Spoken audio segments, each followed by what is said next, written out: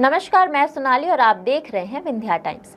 14 अगस्त 1947 की रात एक ऐसी रात थी जिसने एक कौम को दो टुकड़ों में बांट दिया।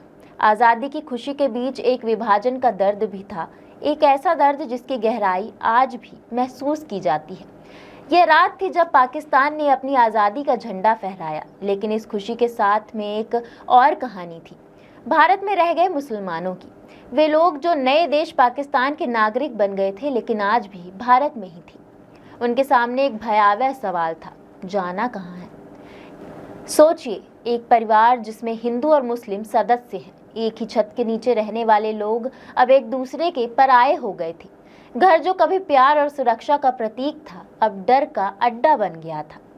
गांवों में तो स्थिति और भी भयावह थी। हिंदू और मुस्लिम पड़ोसी जो एक दूसरे की मदद करते थे, अब एक दूसरे के दुश्मन बन गए थे। रात के अंधेरे में घर जलाए जा रहे थे, महिलाओं की इज्जत लूटी जा रही थी और बच्चे अपने माता पिता से बिछड़ रहे थे।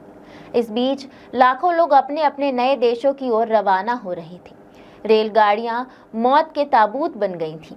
भूख, प्यास और बीमारी ने हजारों लोगों की जान ले ली। यह समय था जब इंसानियत की कसौटी पर कड़ी परीक्षा हुई।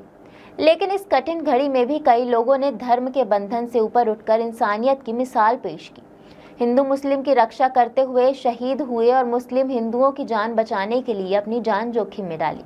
14 अगस्त 1947 एक ऐसा दिन जिसने एक कौम को तोड़ा, लेकिन एक साथ ही इंसानियत की कहानी भी लिखी।